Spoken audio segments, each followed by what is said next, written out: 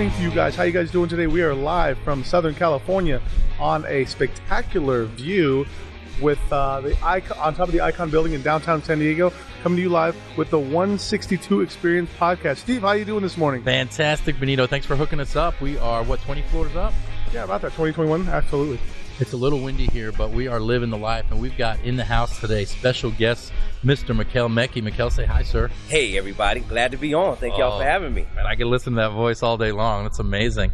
We were saying earlier that Mikel has a voice for radio, while Benito has the face for radio. Boom. You heard that, everybody. 2 points right there. I just got offered to be a co-host permanently. I think that's what that was. That was. You should have seen the girls we had co-hosting last week. You got to get in line, I tell you.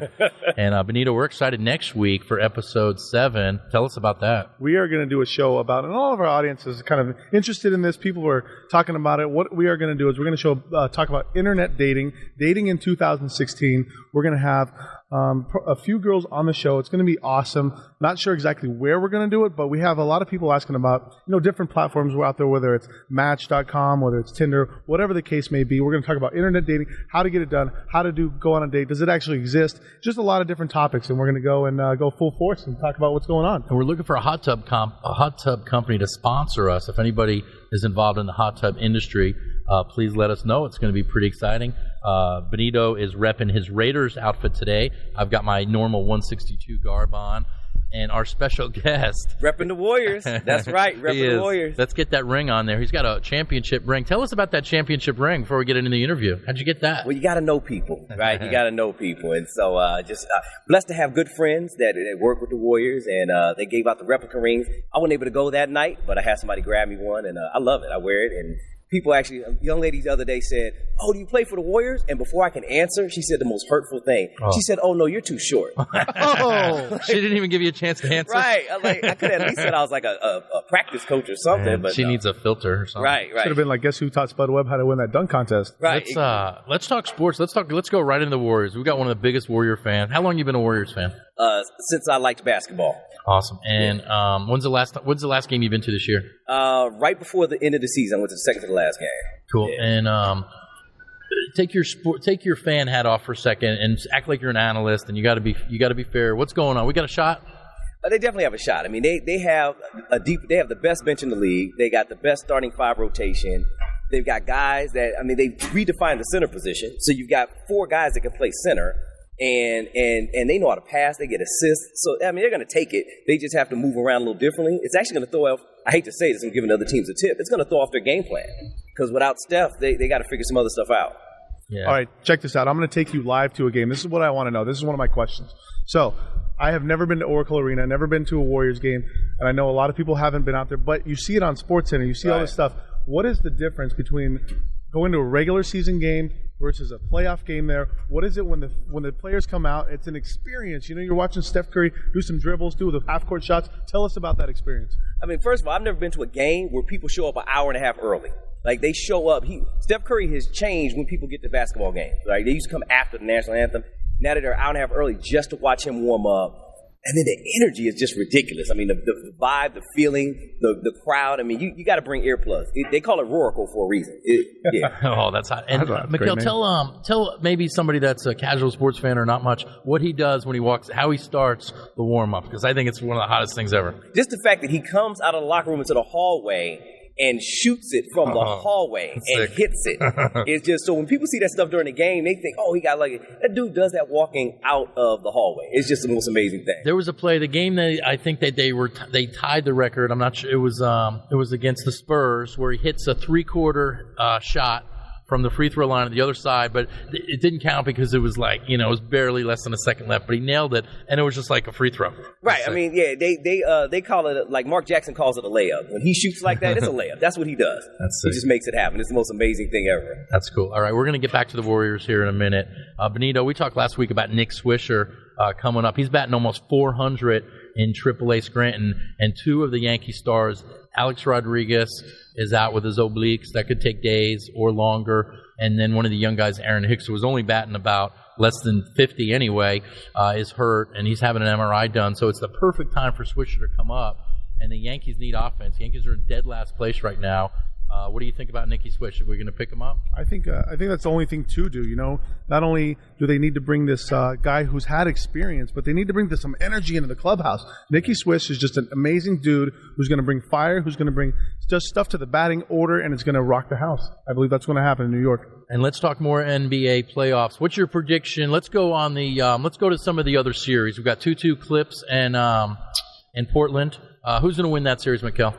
I think Portland. I'm gonna say Portland, right? Not just my wife is there from there, but I believe they have nothing to lose and everything to gain. So they're gonna go nuts and they're gonna take it. And it's sad to say, seeing Chris Paul get hurt like that, and it's not a good thing because I wanted to see that competition between him and Steph. But I think Portland, they just got momentum on their side right now. Awesome. See, Chris Paul was going for the steal in that play because I watched it now. I think he had the steal, and he literally went down, grabbing his hand. He was just, boom, they knew it right then. Oh, yeah. I mean, and he was holding, you could see his hand bones were out of place. I mean, he's out for the season. And let's talk about the Steph Curry injury. Yeah, that was, it wasn't an unnecessary play. He was doing his best to defend, but he gives so much that he just sacrificed his body, and he slipped on a wet spot. I mean, that won't happen in another million years. Yeah. And so they say he's out about 2 weeks. Right. And for those that have been paying attention to any sports at all, Steph Curry, I think he's going to be the Sportsman of the Year. Fair? Oh, yeah. Sports absolutely. Illustrated. Yeah, how do you not?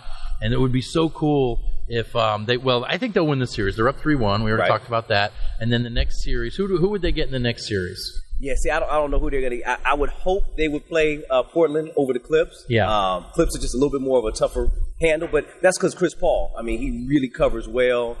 But we'll see. But then you got the Spurs against Oklahoma City. Man, what a That's a great series. The West. I mean, it's almost like nobody's even interested in the East. Right. Who's in the East? Well, I don't know. Well, you got the Raptors, Pacers. Right. You got the Hawks. The Raptors were a team. I know, right? The only people that are the only team that's actually relevant is LeBron and company. Coming out of Cleveland. That's it. Awesome. Well, listen, we'll get back to sports. Benito, you think it's anything else you want to say before we jump into the interview? We're going to go to our sponsors real fast, and then we'll jump into the interview. Anything else on sports you want to say? On sports, not really. We covered everything that I wanted to cover. I love talking about Dub Nation, talking about NBA. There's been a lot of hockey play. I actually was with some hockey fans the other night for Game 7 of the Blackhawks Blues game. Yeah. And I'm not that much of a hockey, follower, but when it comes playoff time, these guys are going nuts. And they are talking about Game 7, audio loud, people cheering, people going crazy, and it was nuts. Blackhawks lost, but Blues advanced, and it was amazing. Just hockey playoffs are just amazing. Good stuff. And for those that are watching on Facebook Live, we are live on Facebook. Live on Facebook. We are live on Facebook. This is the first time we've done it. And so, like us, if you got some questions, let's see. We've got Mark Waters, half of hell of a view, but hey, thanks. Mark Waters is a guy in Florida that I went to. We worked at Publix, the grocery store, together. We've stayed buddies all this years. So hey, Mark out there, and just love it, man. We love the 162 experience. Our goal is we got 2 goals. Number 1 is to be one of the top 50 downloaded podcasts in 2 years, and then in 5 years to be one of the top 10 downloaded podcasts. And that number to be in the top 10 is about 50,000. So you want about 50,000 downloads a week per podcast. But we got some great shows coming up. We've got a comedian, Mike Vinn, in 2 weeks. We're working on memory expert Ron White for the end of May. And then, of course, we've got our dating show for next week, which we are super, super, super excited about. We're going to do our quick sponsors. This helps us pay for the podcast and helps us pay for Robert. Robert's our sound technician / producer, and that's Robert. Let's go to Robert Let's go to Robert. Yeah, live on Robert. And I got to tell you, there's 2 people I want to recognize this morning before we hit our sponsors. Number 1 is Robert. Robert is the kind of guy that changes on a dime when need be. Like, we called him yesterday and said, hey, listen, we're not going to be able to podcast from our place. And he said, come to my house. And so as much as we wanted to go to Robert's house, we decided to slum it here in the beautiful, beautiful San Diego, California. And so Robert doesn't sleep. Well, he sleeps, but he sleeps in the afternoon because he works the night shift for Fox. And so he does the whole thing. Then he comes. We call him Mr. Grumpy Pants because when he gets here, he hasn't slept. And so the second person I want to recognize is Benito. Benito what time did you work till last night, Benito, at the bar? Yeah, we were up late last night, He rolls in about 3 o'clock in the morning, wakes me up. Not literally wakes me up. I hear the alarm go off in the house because we're roommates as well. Some people didn't know that. And Benito gets sometimes 3 hours sleep before we do the show. And so, Benito, thank you, buddy, and appreciate you. Our first sponsor that we're going to talk about is Legal Shield. Legal Shield is a company that I've been a member with for 18 years, and I just feel more secure. I have better peace of mind knowing that whenever I'm in a jam, whenever I got a question, which is often, that I don't know the answer to, I can pick up the phone within 3 rings. I get an attorney from one of the top-rated law firms in all of North America on the phone with me. Within 8 business hours is the contracted time they have to call you back, and they'll do things for you. They'll do things like speeding tickets. They'll review contracts, write letters. More than anything, they'll be there for you. If you've ever wanted to have somebody that has your back, that's in your corner, call your local Legal Shield associate and get signed up for that. And the reason that I don't just send you to my website is I know we've got a lot of Legal Shield listeners out there, and I want you to tell your friends about the podcast. I don't want you to be like, oh, he's going to steal my sales. No, I would never do that. I would always, no, I don't steal. Benito, on the other hand, he's looking to get to the next position, so he needs it. Uh-oh, Benito, there's the police. They're coming. What is that? You saying that because I'm wearing a Raiders shirt? No, I'm only teasing. So anyway, that's sponsor number 1. Benito, over to you for sponsor 2. Sponsor number 2, we have Sports eShop. My buddy Christos runs a sports tour package, and what he has created is the ultimate fan experience. I'll hold this up right now. Woohoo! Sports eShop. Woohoo! There you go. So if you ever have a question about sporting events, sporting tailgating, any kind of sports fan experience you want to go to anywhere in the country, and we're actually looking at doing the Olympics as an event. So if you have any questions about getting to any sporting event in the country, get a hold of us, send us a message, and we'll get you in touch with the right people on how to do that. We just got, we're on Facebook Live here, and Samantha Smith, who you know, and a beautiful young lady out of Northern California has just requested to be on the dating show. Yeah, absolutely. And I think we're going to do 2 shows next week. Robert, we're going to pay you extra. Don't worry. We're going to do 2 shows next week. One of them is going to be about dating, like the art of dating and how to get a date. But the second one is we're going to actually do a dating show. It's going to be like the old dating show where we have 3 contestants and then me, and the winner or the loser gets a date with me. What do you guys think of that? Hey, that's a great answer. I'm making this up as we go. Anyway, Benito, shout out to eSports for putting together great packages. I know we're working with them in the All-Star Game, the Yankee Series, and they're a lot of fun. So we really appreciate them being our sponsor. And Christos, if you're listening, the bill is in the mail. We're waiting for your first payment for the sponsorship. And let's do it. Let's get live to Mikel Mecki. So jacked to have my good buddy. I've known Mikel, how long have we known each other? Oh, my goodness. 14, 15 years almost? 14, 15 years. Yeah. And we're excited to have him on the show. First question, we got a list of questions that we're going to ask him today. We've already talked about Warrior Basketball. Let's talk about your book, Running with Finishers. I'm about halfway through it. Tell us the concept. What's the difference between a runner and a finisher in life? The concept is simple. It's something I came up with just in life, trying to figure out things, trying to figure out who to work with, who to trust. And I ran with runners before, and I didn't get anywhere. I got around the track, basically, is what happened. But when I started to run with finishers, these were people that had success. I said, wait a minute. There's a difference between running with runners and running with finishers. And that's kind of how the book came up. Just started writing and just putting stuff out there to help people find people who've had success rather than folks who just talk about success. And you talk a lot about mentorship. Yeah. And if it's okay, I'm going to jump right in. It's a 3-part question. I'll ask you one at a time if you want. As far as your life and your mentors, your earliest mentor that you can remember, question 1. Question 2, and you can answer them one at a time. Question 2 is who's a mentor that's had an impact but you never met? And then question 3 is the most impactful mentor that you've ever had. So first of all, your earliest recollection of having somebody mentor you that you looked up to. My dad would probably be the earliest recollection. I mean, he was just always highly involved in some really kind of serious things, but he would always take me with him. So I'd be 4 or 5 years old sitting in meetings with pretty powerful people, and he taught me, just how to walk into a room, how to talk to people, how to listen, how to follow leadership, how to be a leader. Even when I didn't understand, that's what I was learning at early on. I'm probably my dad same way, and I can remember just little lessons. Like once I won I won a free throw contest. I was going to the state championship, and people would congratulate me. There was a big award ceremony, and people would say things like, "Hey, congratulations!" And I would downplay it. I would say, "It was nothing. It's not that big of a deal." And I remember getting back in the car with him and him saying, "When somebody gives you a compliment, embrace it. You know, my dad was a New York City fire chief, so, you know, wasn't a motivational speaker or anything else like that. But sometimes it's our father figure in our life that we learn the biggest lessons. Can you think of one particular situation where it was a drive in the car or a dinner, you know, a meal, or maybe you're at a game where he gave you like one piece of advice that stuck with you? It's really, my mic does this when it's my turn, right? Yeah, really, I mean, I think the biggest thing was just knowing when to listen and knowing that the lesson would come in time. So I remember him telling me one time, he said, hey, just, you know, knowledge is like a time bomb. And so you might be listening and you may not get it, but it'll go off at the right time. And so he used to tell me stuff, and I'm like, that doesn't make sense, Dad. And then like 6 years later, the opportunity would arise, and I was like, wow, that's exactly what he meant. So at least he was preparing me for stuff even before I knew he was preparing me. Strong. I want to take you back just a few years. Before you had entrepreneurial success and big business, what were you doing? So we could relate to our audience. What were you doing before that time? Or what was did you have struggles before you got the big success? Absolutely. I mean, I've always been an entrepreneur, but just trying to find the right thing to be an entrepreneur in. And so I was always in music. I was always in, you know, film and video and other businesses, a coffee shop, and, you know, just trying to find my niche. And it wasn't so much about the business as it was wanting to be successful and be an example. And so just kind of struggling, fledgling around, trying to find the right people, trying to find the right business model, and just trying to figure stuff out. But I was in my early 20s, so it was a good time to make a lot of mistakes. So you were talking about music videos. Were you a rapper, hip hop artist? What were you going for there? Oh yeah. I mean, I've been in music since my first music mentor, interestingly enough, was really Prince. That was my first. I mean, if it wasn't for Prince, I probably would have never gotten into music. And I was like 9 or 10. I joined a band, learned how to play the drums, guitar, everything because of Prince.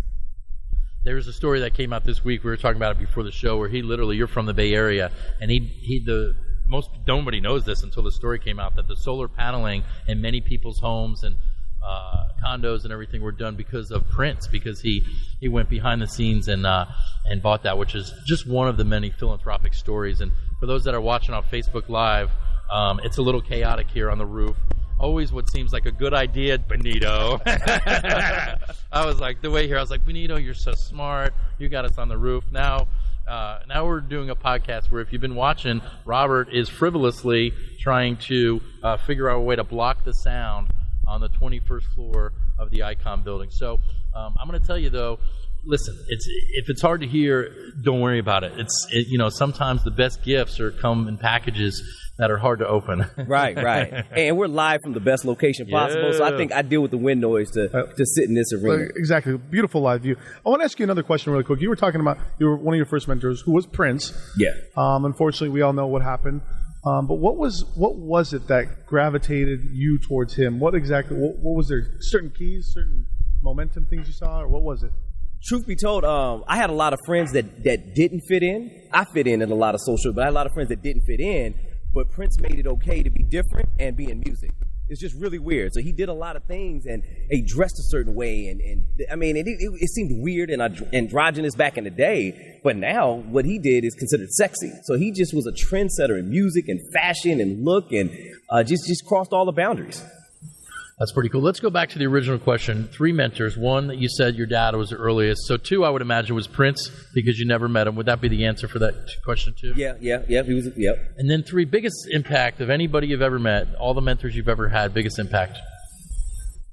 You know, it's really tough. I met some great people. I've had a chance to be around a lot of billionaires. But then you got somebody, I think one of the biggest mentors outside of my father, because I can always go back to him. I mean, he's the go-to guy. And my mom, who's just such a shining example of just a human. But I would say somebody like Darnell Self, good friend of mine, Entrepreneur of the Year of National Black Chamber of Commerce, just, you know, in everything, life, marriage, business, and just working with groups of people and motivating people and really caring for people has been probably one of the greatest mentors. Yeah, I would concur. I might even give the same answer. I've had the chance to know Mr. Darnell Self almost 20 years now. Wow. And just what a sweetheart of a guy. I mean, I love him to death. His wife Tracy, his children. He's a shining example. And so many times when you find a mentor, I was talking to somebody last night, and they said, you know, it's hard to have one mentor that does everything. You got to have mentors in all areas. But I would say Darnell Self might be the exception to that rule, that he's somebody that you can look to in every area. His health, his fitness, you know, he's all there. Oh, yeah, yeah. Hey, next question. Success is different for different people. What does success mean to Mykell Mecki? You know, I thought success was going to mean money. until I started to get a lot of money. And I realized that, I don't really like spending money that much. So that's not success. Success is a happy home life. Just being with the family, with the kids. And my wife and I, we wake up every morning, we have our coffee, we hang out, we go to the gym, and we hang out some more, then we go to lunch, we work. So success is just being happy. Just being able to do what you want to do without having to worry about a price tag. It's just an enjoyable experience. Love it. So now you brought up your wife. How did you guys meet? We met on. There goes God again on the sound. He All doesn't right, want people knowing the story. Because I was about to tell a lie is what happened. So, Good. Yeah, I got to tell Keep the it truth. true. This is the truth show. Right. We actually met in the business. We met at an event, and I know she's been around since she was like 18, 19 years old. But when I first met her, she walked in the room, and I remember I was standing with a guy, KC. I was standing next to a guy named KC, and I said, she walked in the room, he pointed her out. And he said, "Oh my God, you know her?" I said, "No, I'll never talk to her." And I specifically remember saying, he said, "Why?" I said, "Because she's too beautiful. I'm never going to talk to her." And at the time, I was married to my ex-wife, and I just I don't want to even play with temptation. Sure. And it was years later, like 3 years later, we ended up becoming kind of friends, and I needed somebody to hang out with me and go accompany me somewhere. I said, "Hey, would you mind? Because I don't want to go by myself. I don't want to take any guy friends." And so we just started hanging out, and then she never went home. That was it. It's so cool. I was listening to a podcast where Tony Robbins was being interviewed yesterday by a guy by the name of Lewis Howes, who I love his podcast. He does a great show. I think it's called Business School. And he asked him, how important is it when you're picking a spouse that they're on the same page with you? Is your overall success in life, and I don't know that there's a right answer, but what's your thoughts on it? Is your overall success in life dependent on the spouse or the partner that you pick? I think it is. Matter of fact, right before her and I got together, I just vowed to be single. I gave up. I was like, dating sucks. I'm not doing Match.com, eHarmony. I just didn't want to do it. I didn't want to try that. And actually, I tried, I think Match.com. How do you try it? I just put my information in, and the first person it brought up was somebody that I knew, that I worked with. And I'm like, okay, then I'm not using this, because I'm not going to ever date that person. But it was the first person that showed up when they showed me like my profile, like my matches. So I sat down one day with a piece of paper. I wrote all the things down I wanted in a wife.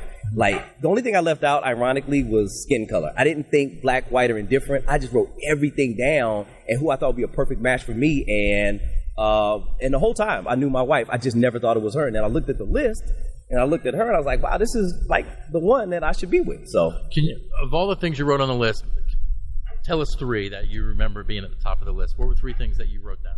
Oh, well, first, I'm a hair fanatic. I love hair. I love women with long hair. So I got more than I bargained for. When we go to the salon, we actually get charged double. Like, I didn't know that was a thing. They charge us extra because she has extra long hair. Do you guys go to the same salon? No, we don't. I pick her salons. Okay. I cut my own hair. I'm a genius, right? I'm really good. But yeah, I pick her salons. I'm very picky about that. The other thing, eye color. I wanted to wake up every morning and look into a beautiful set of eyes. And I put that down. And then I want somebody just all around just fun. That we could just go do stuff, like my best friend. Well, she's certainly those qualities. I love Krista. She's a great girl. So when that's an interesting topic you brought up. When you're writing these things down and putting it out to the universe, not only in dating issues and wife stuff, but can you relate that to business? Do you do that in your business, doing those, writing goals down, writing habits down, something like that? Right. Matter of fact, that's kind of where I got it from, because I do it for business all the time, but I never did it for relationships. I'm always writing what I want, the kind of people I want to work with. So I said, let me do it for business. Let me do it for relationship what I did for business, and it worked out perfectly. If you're just tuning in, I don't know why you would tune in halfway through a podcast, but if you are just tuning in, we're talking to the man himself. He's an author. He wrote a book called Running with Finishers, but he's one of those guys that had success first. He definitely had success first before he wrote a book. A lot of times people write a book and they hope that book sort of launches them to success. But Mikhail Mecki, what inspired you to put your thoughts down on paper, and what was the process like of writing a book? I've written a book, so I know it's a lot more work. It's not as fun and glorious as a lot of people would imagine. Absolutely. Well, first, let me get a cameo of the ring, because Samantha Smith, my good friend that works with the Warriors, got me the ring, and she keeps sending me messages on the podcast saying, let me get a cameo of the ring. So here. And then we'll also she's going to be on our dating show. Right. Oh, yeah, please. You better get a plane ticket. She's like a little sister to me, so the sooner we get her married, the better. All right. Trust me, I'd be happy. Is she dating anybody now? That's what we need to know. See, I don't think so. You don't have to answer that. And if she is, I wouldn't know, because I probably wouldn't approve. But, right. But tell you what, writing a book, I wrote the book 5 years ago, right? So some of the stuff in there seems like prophetical, because if you look, I'm talking about the Warriors and Steph Curry being the greatest player in the NBA, and this is back when he was hurt. but I just wrote it because I felt it. And then my wife finally said, look, just finish it. It's done. So I sat down one day and started reading through, and I was like, I got a book here. I mean, I had 300 pages that I had already had done, and I just never put it together. So wrote it, edited, and then, of course, thanks to you put me in touch with some good people, and you just kept mentioning it. And so I finally said, I think Steve's trying to send me a message. I need to finish this. I was reading your book, and it was crazy because how you talked about Steph Curry. You were walking in the airport, and you wanted to carry his bags for him, but he was humble. He's like, no, it's all good. So you probably had, a 5-10 minute conversation with him, right? Yeah, I got to spend like 15 minutes. And we were on the plane together. He was sitting right behind me. He was in the middle. He's the last guy on the plane on Southwest, sitting in the middle seat. And I'm like, this guy's an NBA star catching Southwest. And he was going to see his training coach. This is when his ankles were injured. And he was right before he just got really healthy. And I said, hey, sir, I can't let you walk through this airport with your bag. And I remember saying to him, I said, you know what's funny about this? I said, this is the last time this season you'll ever be able to walk through the airport and do this, because nobody talked to him through the airport. Him and I were walking. He had been with the Warriors for like 2 years already, and nobody saw him. Nobody tried to take a picture with him. And I'm laughing. I'm like, nobody is paying attention to you. I said, you'll never be able to do this again. And he kind of laughed it off. And, he answered a call from his wife, Aisha, and then he hung up. And we talked a little bit more. And the only thing I didn't do is get a picture with him. I just didn't want to. I said, we had such a great conversation. I didn't want to end it as a fan. I wanted to be a friend. I know, it's so weird. I've met Derek Jeter before. And it's like, I remember from the minute I saw him to the minute the conversation was over, exactly everything that happened. And sometimes it could be disheartening. Like for me and Jeter's very close. He's very private. The difference between him and Curry at that point, Curry wasn't a star yet. Right. But Jeter was way past being a star. And it was tough. It was tough because, you're going up to him and you want him to be like, oh, man, you went to 162 games. That's so cool. And basically I told him what I did, and he's like, that's cool. And I was like, so I told him again. I started over. I was like, maybe he didn't hear me. So I told him the whole story again. He's like, nice to meet you. And I was like, oh, that sucks. And I had a copy of my book for him, but we were out at a bar, and I didn't want him to turn me down, And so you actually carry a copy of your book for Curry just in case you run into him. Is that right? Oh, it's crazy. I just started doing it recently. Actually, when I wrote the book, I did it. And then last week, I put a copy of my book. I said, you know what? I'm going to run to Steph Curry. I'm going to give him this book. And that same day, I was out with my wife. We were getting manicures and pedicures. Yes, we do that. We take care of our feet. And I come out of the manicure pedicure place, and I run into Donald Foyle, who was the center for the Warriors back in the day. I think number 31. So I said, well, you know what? This is Steph Curry, but I'm going to give it to him. So I gave him my book. He gave me his book. We talked. So I put another book in my bag. The next day, I'm out eating lunch, and I run into Festus Ezeli. Yeah. And the weird thing is he's number 31, and he's the center for the Warriors.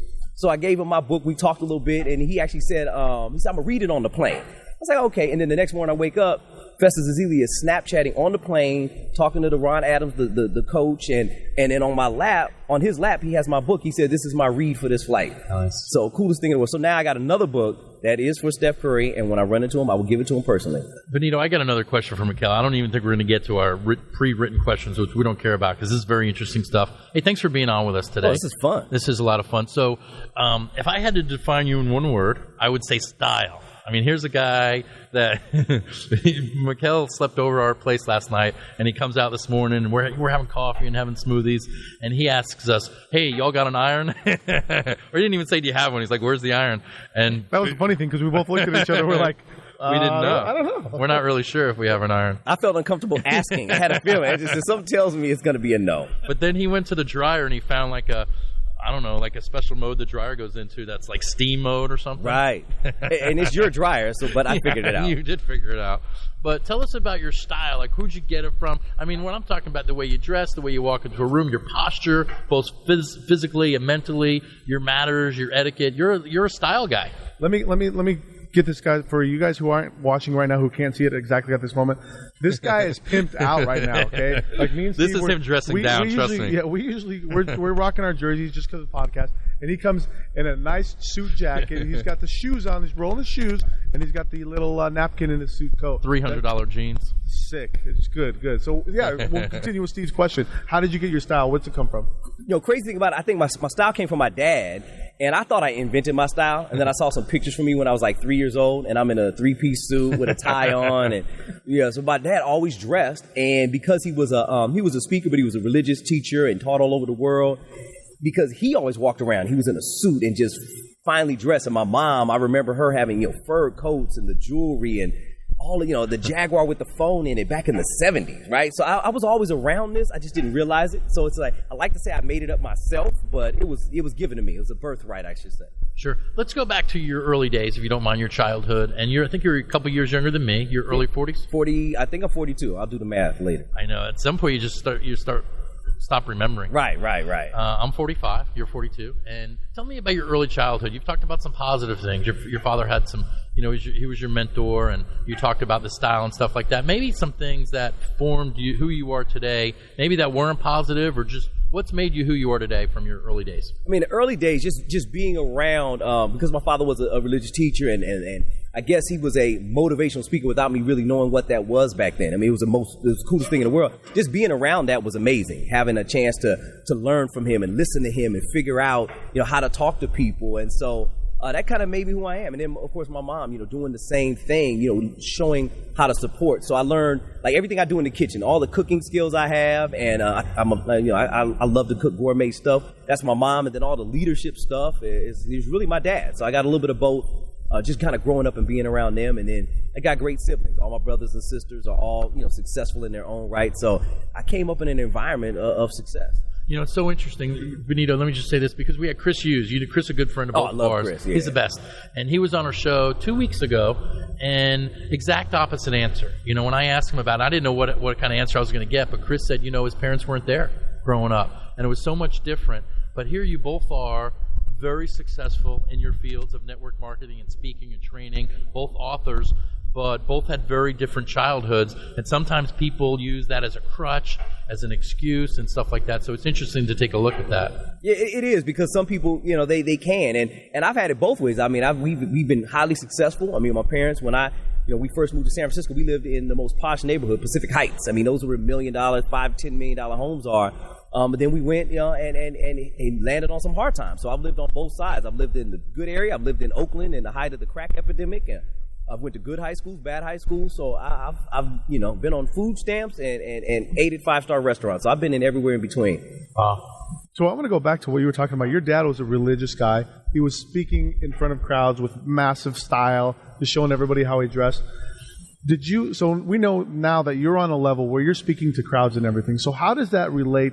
Did you learn from him? He's a great speaker, by the way. He's one of in our company, Legal Shield, that, you know, there's probably about 20 of the top people, Mikkel being one of them, that travel around and do talks. And I would say, style-wise, but also just, you know, somebody that gets the job done. So just a great speaker. Not just a great speaker, but inspires people to actually take action. I mean, just so you know that. But, you know, I don't know that you've ever had a chance to see him speak live. I have not, no. But he's great. So I'm sorry to interrupt. Thank you. No, yeah. That's great. I wanted our audience to know who he was and exactly what people who have seen him speak. But what is that, when you learned from your dad, or did you learn from your dad how to be on stage, or what makes you that powerful of a speaker? Where'd you get that from? I mean, really, because he spoke from the heart. And so when I go to that place, when I'm not just delivering content, but you know, this is my little inside secret, but if I feel like I'm very close to tears, that's when I know I'm saying the thing that needs to be said. When I'm that passionate about what I'm saying to people is when I know I'm in the zone. That's strong. And I know we both have another friend, Mike Humes. Oh, and yes. Mike's somebody that I think he spends so much time in preparation when he gives a talk. He's got his marble thing that he does when, you know, and just so many. Do you think about that? Do you have like a closing story and, hey, I'm going to open with this? Some people like me, I'm a little more off the cuff. I roll up on stage, I'm like, what am I going to talk about today? Right. Which isn't necessarily advice or the way to do it, but just sort of my personality. How much preparation do you put in before you get on stage to give a big talk? I mean, it's kind of twofold. I put a lot of preparation in terms of just, you know, speaking well, you know, as I've done things like on the treadmill, running, you know, 10 miles per hour, and then trying to do the speech at the same time and not sound winded. So I do that stuff, but then I don't prepare necessarily going. So like I have no closing story in my head. Like some people have these real dramatic. Yeah. I'm not knocking them. They got these real elaborate closing stories, so they make people come to a cry, and then they start to whisper to bring you in, and those are great techniques. And you know, I just don't do any of that stuff. I come from the heart. I deliver. And I try not to prepare, so that way it's what I really want to say. And I think that's why people relate to you so much, because I think I'm reading a book by John Addison right now called Real Leadership, and he talks about his mentor, Art Williams. And what Art did was he didn't talk to people, he talked with people. It's a whole different thing, and he had a whole different style. Here's a guy that just wore a T-shirt that said Coach, and and stuff like that. So good stuff. I'm noticing that too, is because when we talk on our podcast, we'll have a couple questions, but when we get on a Facebook Live or whatever we're doing, even right now, I think people, like what you just said, people can feel that authenticity when you're coming from the heart instead of taking them from the highs and the lows of stories you've already pre-thought of in your mind that you had to tell. And if you don't even go that way, but you get that heartfelt story coming out, and people just feel that authenticity right off the bat. And one thing I wanted to ask you real quick is, when you're say like we have some people that are interested in becoming public speakers and wanting to come up through the ranks, give them, in your opinion, give 2 pieces of advice that you would give to somebody who is about to share the stage or about to come on stage or about to get to that level. Energy. My biggest pet peeve with public speakers is when they have no energy and they're just kind of up there. Nobody just wants to listen to you. Nobody has anything that important to say where you just want to sit there. I consider us entertainers on some levels. People got to enjoy what they're hearing. So, I make people laugh, right? And I don't do it on purpose. I just kind of do it. Now, if I had to do stand up, I would probably suck, but so I couldn't do what Steve does. But I make people laugh and just bring that energy. And so speakers know to bring that energy and that authenticity and be real, not trying to sound like the last guy. And I think a really great speaker, too, is somebody that lives their life like that. Whether they're talking to somebody at the grocery store or they meet a stranger, they're talking to somebody at church, that's who they are. They bring that energy, they bring that synergy. And I think that's one of the magical things, quite frankly, that Benito and I have when we get together, and whether we're on air or we're just talking with people like that. They feel the energy. They feel it's exciting. All right. Let's. I got a question here for you. Biggest lesson you've learned from a negative experience. So think of maybe a hard time in your life, whether it was a one-time thing or a period that you went through. And there's people listening today, that are maybe listening and they like what they hear, but they're stuck. Right. So maybe biggest lesson you learned from a negative experience. Just, being broke was negative. And when I was broke, I actually had more money than I thought I had, but I was around broke people that use terms like, one of my pet peeves when people use the term like gas money, right? Like there's some money specifically for gas. But I was around people that talk like that. Oh, this is my gas money, or can you give me some gas money if I come pick you up? Like, we give you $3 because you came and picked me up. And I didn't realize that was a broke mentality, right? And so I was around those people. And so I found myself on food stamps and on welfare, married with a child at 19, or not even married. I had a child at 19 because I was around broke people. And when I got away from them, I realized when I started having money and having furniture in my house and not being on food stamps, I had the same job that I had when I was quote unquote broke. But it was my mentality towards my money that made me broke. It's interesting you bring that up. It's the broke mentality that a lot of people struggle with.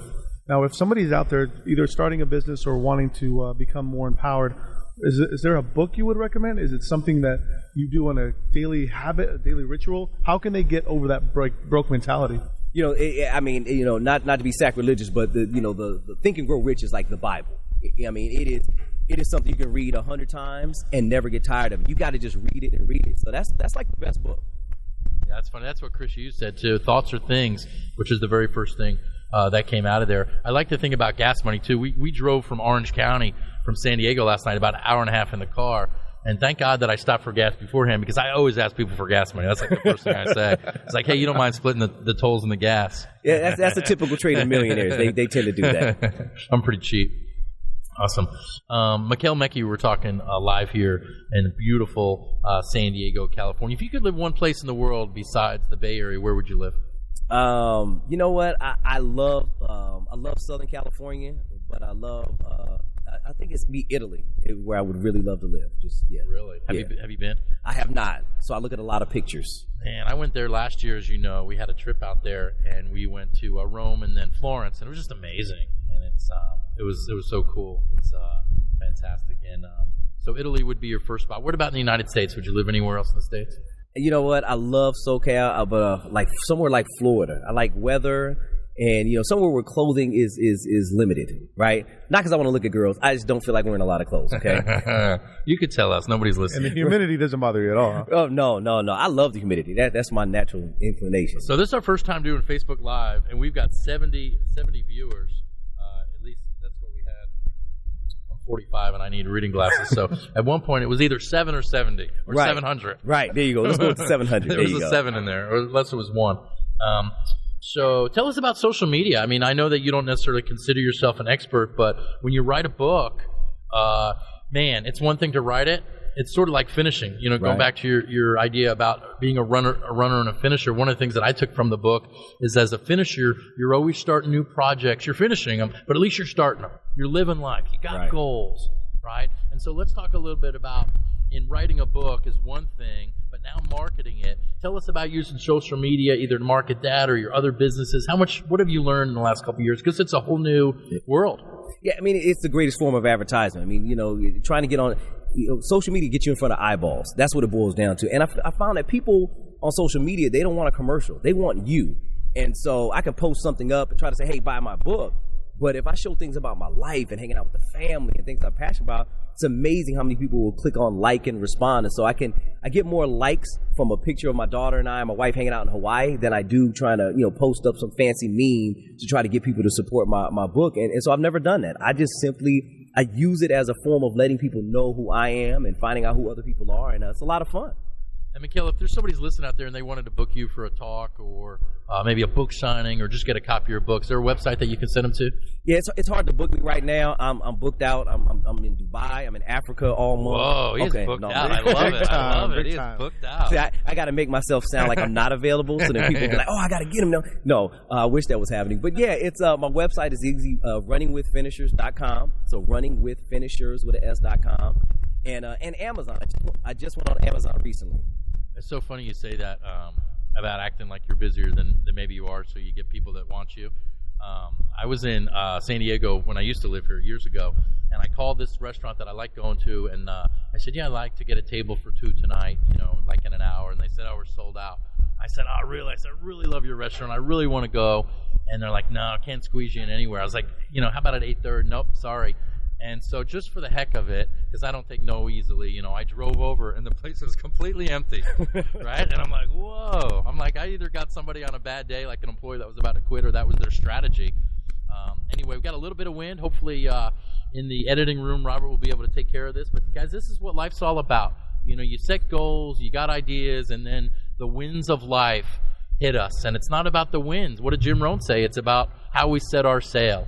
And so I'm not sure if we set our sail correctly today, Benito, but here we are with Mikhail Mecki live. We got just a few minutes left in the interview, and something new that we'd like to do. Benito, do you want to head this up? Yeah, I want to say this is what we kind of got off of. If you look at ESPN, they used to do the hot seat, like the Budweiser hot seat, and we actually came up with a few questions, a few words for you, and we want to go. It's almost like a rapid fire kind of thing. The first word or the first phrase that comes to your mind when we start firing these words off. So do you want to start, Steve, or you want me to? Well, why don't you do the whole thing? Okay. Actually, we'll go back and forth, however you want to do. But let's explain a little bit more. It's your go-to list. Yes. All right. So we're trademarking that. It's your go-to list. So we'll say a topic, and you tell us the thing that on your go-to list that you like the most. Okay. So Benito, actually, I'll let you do this. It'll probably be easier if one person does this. And the wind really is now kicking in. It's about to slap him in the back of the head. Wow. Yeah. Okay, let's go with the number one. Cocktail. What's your go-to cocktail? Oh, my good. Manhattan. Manhattan. Is it, on the rocks? Yes. I love that one. All right. Favorite sports team? Warriors. Warriors, all right. Let's go with anywhere in the country in the U.S., favorite restaurant? That is a tough one. Favorite restaurant? Sushi restaurant. It's actually in the Bay Area. Umi Sushi. Interesting. I dig on sushi too. What is your go-to expression? Oh, do I have one? Awesome. That's it? Awesome? Yeah, I just say awesome. Mine's oh geesh. Oh geesh. I like saying fantastic. Absolutely. That's another one I do. So if you could, past, present, passed away, whatever, who would be your number one go-to motivational speaker? Ooh, that would be tough. Wow. I like Les Brown. I like Les Brown all around. I love his stories and his energy. How about your go-to friend? Go-to friend, that would have to be probably have to be my cousin. That'd be the go-to guy that you could just call about anything. Besides your book, what's a go-to book? He wouldn't have said his own book. Right. He might have, but I don't think he would have. You know what? I gotta say, I love Think and Grow Rich. I mean, and How to Win Friends and Influence People. That would be my second. Your go-to pet peeve, one thing that drives you crazy. Oh my goodness, negative people. They're just always talking negative.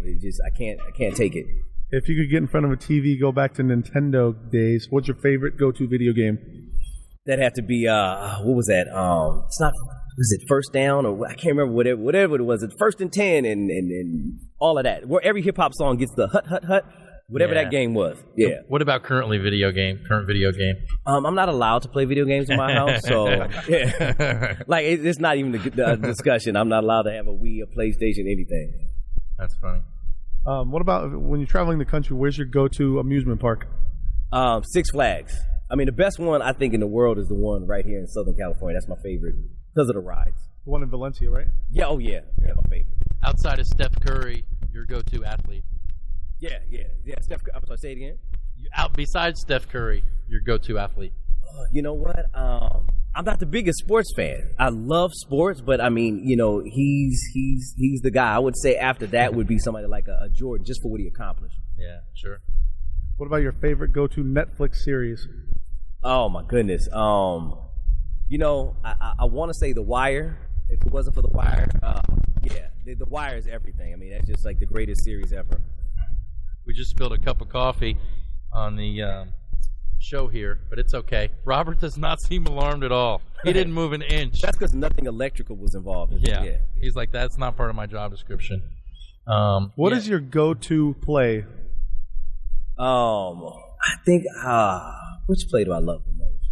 You know what? Wicked, incredible play. Not just because my cousin was in it. I just think it was an awesome production. That's cool. And what about your go-to? Speaking on the food subject, your go-to dessert? Man, you know what? I like the creme brulee. Oh man, I dig on that too. I love it. Oh yeah, I love it. Creme brulee is delicious. Cool. Benito, you got any more? We got one more. I want to ask him, what would be your go-to Hall of Famer, your favorite athlete Hall of Famer? Oh man, that's tough. I mean, there's so many guys in the Hall. I can't even name one that stands out over the other ones because it's just, I mean, one, it's just tough to get in there. I mean, you got to be dynamic. Now you're from the Bay Area, so give me your thoughts on Barry Bonds, the whole steroid situation, letting these guys in. Whether it be Barry Bonds, Roger Clemens, that whole lot of people that are either admitted steroid users or obvious steroid users. I mean, to not let Barry Bonds in is to act as if he was the only guy using steroids. I mean, it's kind of ridiculous. I mean, there's so many people who judge him for what he did. I mean, steroids, they make him look big, but his overall game, that's talent. That's natural talent. I could take steroids and I'm not going to be Barry Bonds.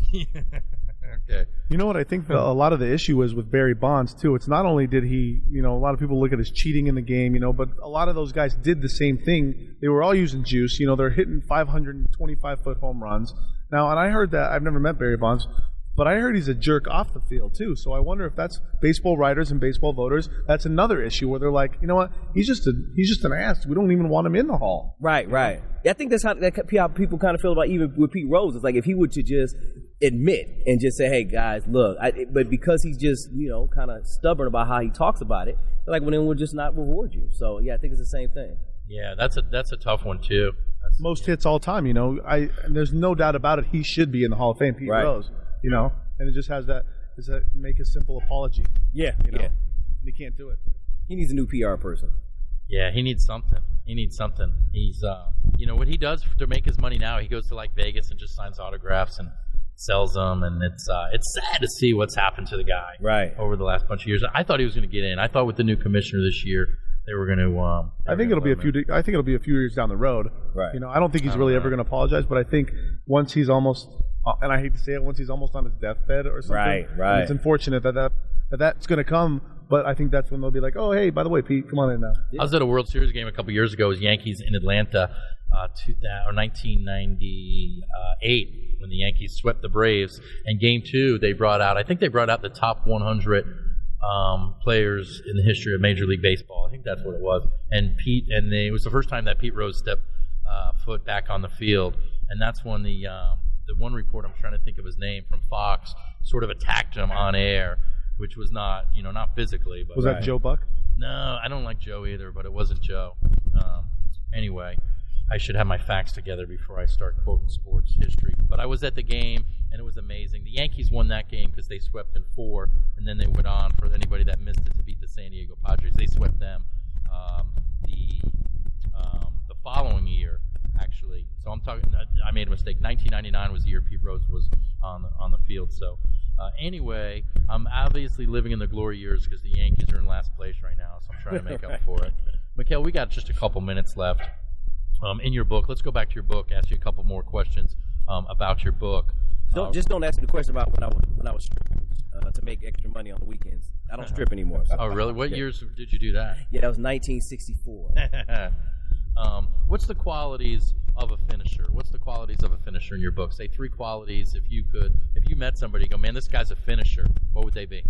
Determined, honest, and focused. You know, some finishers are not honest about how they got there, and so they're not a finisher. They're kind of making up stuff, and they really didn't do it the way they said they did it. Interesting. When I was reading in your book, also there was a chapter about you meeting a billionaire. Yes. And I thought that was so captivating because I used to work in Vegas a lot. I met a billionaire, a couple of them. But I want to know, when you were sitting there, when you were talking to him, what was one thing where you were like, wow, that is a great piece of advice. That is one thing that I will always remember and I will never forget it and use it in my business. Right. You know what? Just humility and caring for your people. I mean, I walked with him, and he knew all of his employees by name. Every person we ran into, he knew by name. So just that alone let me know he was a billionaire because he cared about his people. And I know this sounds hitting us hard right now too, so hopefully we can get this worked out. But when you're looking for a mentor, and a lot of people don't even know where to start, so what are some qualities, if you were looking for a mentor, maybe a couple qualities that you would look for in a mentor that would be open to giving you advice? And that's, if you're watching Facebook Live, Mr. Mecki he's putting everything in it. A lot of guys, if they had like a big ego, they'd have walked off our set and be like, it's a bunch of bullshit. But Mikhail Mecki is doing everything in his power to improve his sound quality. Right. Well, you guys are paying me way too much money to do this, so I think there's a free lunch involved or something. So I'm giving you gas money. I got to earn them fries. That's the name of the show, Gas Money. Gas Money, right. Gas Money, there it is. I actually like my little setup. I feel secluded. You got your own little Ford over there. Right. And so I'm not even sure, did I ask a question? We asked a question about, I can't even remember now. But it was a good one. It was really good. I can't remember what it was. It doesn't matter. We'll go to the playback. I got 1,000 of them. Yeah, we'll punch it in later. So, all right. Anything that we haven't talked about that you'd like to address as far as... I got another question for you real quick. So you talked about comfort zone in your book. Yes. Now, a lot of people say, hey, you know what? You have to break those patterns and get out of your comfort zone to become that kind of success story. Come up and do what you want in your industry. What is it that you've gone through that had to get out of your comfort zone to become where you are right now? Yeah, I mean, every level there's a comfort zone because you work your tail off to get somewhere, and then you get there, and you want to rest, and you should enjoy it. But what happens sometimes is that you stay too long, and you don't move to the next level, and you miss your opportunity. So I've just learned that when I have success, we put comfort zones in our timeline, and so we'll go like every 90 days, and it will go away for 3-4 days and enjoy some time away. We don't answer the phones. We're not doing business. So we create our own comfort zone, and then when we come back home, we get out of it. So we kind of control our comfort zone rather than kind of letting it control us. I love it. I love the first thing you said, how we hit different levels of comfort zone. Let's go back to your speaking career. When you first got on stage as a speaker, was that in your comfort zone or out of your comfort zone? Only reason in my comfort zone because, being a hip-hop artist, I mean, we did shows. I mean, we used to do 3 shows a week, and I danced for different groups. I mean, I performed. I've opened up for different groups. Digital Underground and Tupac, and I'm from the Bay Area, so all of Mac Dre. I mean, I performed with all those guys, right? So being on stage, so I just had to. I switch into my stage persona, so I'm not nervous. There's no stage fright. So I'm just not rapping and dancing anymore. I'm just talking about good stuff. I hear Tupac, and I'm like, what? This is awesome. No, that's cool. Right. He throws around a lot of names. If he knew half of the people that he throws the names, it would be impressive. And I'm sure you do know all of them. Hey, I remembered my last question. It's about finding a mentor. Yes. And for a lot of people, this is really the key to success. But I'll tell you, at the same time, as somebody that's had success in business like you, I get people approach me all the time, and I just don't feel like their energy's right, or I feel like they drag me down. So a lot of times I have to turn people down for mentoring. So what advice would you give somebody that's looking for a mentor in any area of their life to be able to get that mentor to say yes to them? I mean, really be serious about it. I mean, people, want people to be their mentors all the time, but they're not serious, not willing to do what it takes. And so I give people a few simple things and see what they do with it. And so I know finding a mentor is tough, but also a mentor accepting you is tough because they got everybody pulling on them, wanting their time and really wasting their time. So my thing is you've got to be able to give back to the mentor. If you can't give the mentor something, then they have no need for you. So I find ways to, like with Steph Curry, I was like, let me carry your bag, right? And so I got to talk with him because I was willing to walk with him and at least accompany him to his car, right? So I just find successful people say, look, how can I help? How can I be of service? I've even done stuff for free. One of my DJ mentors, I got to shout out DJ Warren 702 in Vegas. He's at Dreas. He's the headliner there. He was at the other club there for a long time. Warren is my DJ mentor, but when I first met him, I said, hey, can I carry your bags into the club, right? We were there hanging out. We met him through social media, which is great.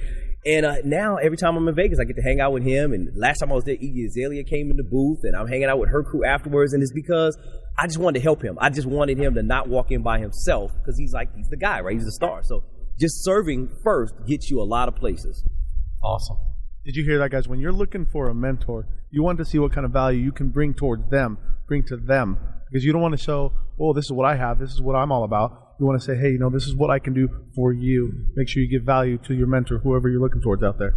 Cool. Benito, I've got one more question, then I'll let you ask one more, and then we'll do our final question. Sound good? Yep. Network marketing. Some people swear by it. Some people swear at it. Some people call it one of those things. You made a career choice, and you're a guy that's multi-talented. You really are, from the music industry and just a gifted leader and speaker. There's a lot of things that you could be doing, a lot of ways that you could be earning your income, but you chose network marketing. Tell us about why you did that. Well, every company I've ever worked for, I've always been like top guy. Like I've always been a great employee. Even when I was at the Coliseum, I used to work there as a kid, and every time a new employee would come in, I'd have to train them. And I would never make any money from that, but I would be training sometimes my replacement even. And so network marketing, I'm doing the same thing. I'm doing something. I'm providing a service for people, legal service, identity theft protection. And now when I train somebody, instead of them just disappearing, I actually benefit from it and they benefit from it, and it forms a lifelong relationship. So I'm doing the same thing I did in corporate America. I'm just getting paid just a whole lot of money to do it. That's awesome. Thank you. I want to kind of go back on that note about preparing for success. And you talked about Think and Grow Rich by Napoleon Hill. If you guys don't know that book, you should definitely go grab it. What is another book where people can say, hey, you know what? I just want to read something I'm going to feel empowered. Some book that you have read before. What's one of your most books or one or two books that you would say, hey, you guys should read this, get your mindset straight? What's powerful? You know what? The Charge. Brendon Burchard. The Charge is just, that book gets you revved up. It's a new take kind of on old philosophy, but his stuff is just so amazing because it just forces you to get out there. His term is level up. And so I use that sometimes. Whenever I'm in a zone, I think I'm a 10. I level up and I realize I wasn't at my full potential. My energy, even when I walk in a room, sometimes I have to remind myself, level up, go another level. Don't walk in the room and dim it. Be excited, be bright, and you're just amazing how people gravitate towards you. Hey, so you're talking about that level up, and I want to tell you one thing that I've learned from one of my mentors, and she told me, she said, when you go into a room, when you do whatever you're doing, take 5% of your energy and just raise it 5%. And I think that's what you're talking about, right? Yeah, same exact concept. Yep. It's cool because you guys could probably tell I see a personal trainer, right? I spend a lot of time in the gym. Massive results, I see. Hey, they're getting better. Oh, by the way, I didn't tell my listeners I'm gluten-free. Oh, that's so if I'm gonna be going out to eat with you, get ready for the pain in the ass guy. As soon as I walk in, I'm going to say to the hostess, I need to talk to the chef. I'm gluten-free for 2 weeks, and I haven't had a beer in I've had one beer. I'll be honest with you. I broke down, but I had one beer in the last 15 days, and I'm going for Cancun. We're going to Cancun. Yeah, I'm on the same program. Right. Nice. Yeah. Boy, people are going to be going crazy. So anyway, my personal trainer does this thing. He's like, what level of intensity are you at right now? Like while we're doing something, I'm like, a 7. He's like, all right, let's take it to a 9. Take it to a 9. And it's cool that you can sort of judge where you are in any situation like that. Mikkel Mecki, final question. We ask this to all of our guests, and you are our episode 6. And thank you so much for coming in. We really do appreciate it. Yeah, you're great, man. We could do this for another hour. And final question is, if talking to your 18-year-old self, getting ready, preparing for the world, what advice, knowing what you know now, would you give your 18-year-old self? Listen to those that are older than you, like your parents, and just shut up. Because when you're 18, you think you know every damn thing, and you fall on your ass, and you realize, I don't know anything. I'm not that bright. But you don't realize that till you're like 25, and you look back and say, if I'd have just listened, I'd have been on a whole nother level. So, you know, I mean, and of course, all my kids are teenagers now, or some of them are in their 20s now, and I wish I could tell them the same thing. But they'll figure it out when they're in their late 20s that they should have listened when they were 18 years old. Great advice. Benito, we've had Mikhail Mecki here. What'd you think of him? It's been a great show. You know what? I cannot wait until I listen to you on stage and get to see you speak in front of a couple hundred people. It's exciting. I'm ready to see that. Well, we got a big event coming up in Oklahoma in July, Benito. Yeah. Right. I know Mr. Mecki will be on stage. 15,000 people, so we'll see. Hey, thanks for joining us, guys. That's a wrap of the 162 Experience. Well, thank you for having me. I'll be back for the dating show. Awesome. Thanks, buddy.